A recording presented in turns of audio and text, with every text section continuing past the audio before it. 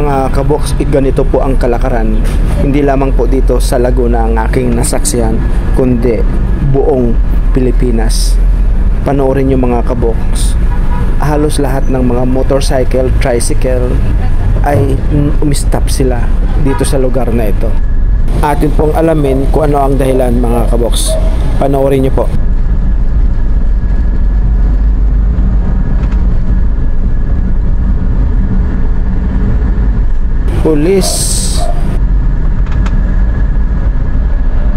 Pulis uli. Ay, maraming pulis. Pangatlong pulis. Meron palang PNP checkpoint.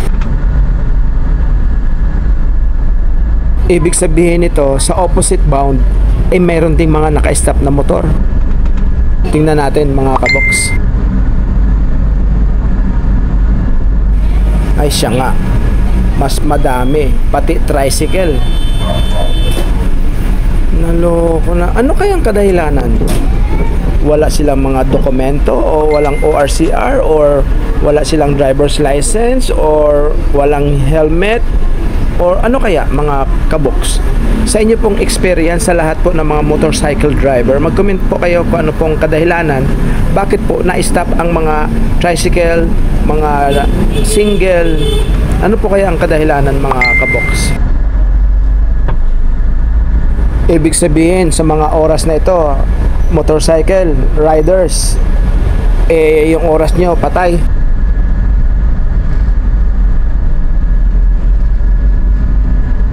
Sa akin pong assessment or pananaw, yun lang po, walang ORCR, walang driver's license or walang helmet, kasi talagang i-impound yan ng Philippine National Police.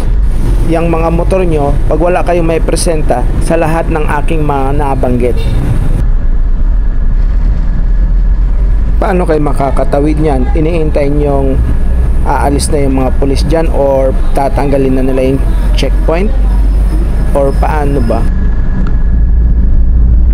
Para pala tayo nitong Tom and Jerry. Mga kaboks, kung batas po ang ating paiiralin ay tama po ang mga pulis na wala pong karapatan ang sinumang sasakyan na walang ORCR at lahat ng driver na walang driver's license ay hindi po kayo karapat-dapat na mag-drive sa lansangan. Ito po ay para din po sa inyong safety at kasiguruhan ng bawat isa sa ating mga riders. So ang mangyayari ngayon yan mga kaboks, hintayin na lang natin na umalis ang mga pulis dyan para tayo ay makapag-drive na freely kung saan man natin gustong pumunta. Payong kapatid lang mga kaboks. Thank you for watching and God bless us all.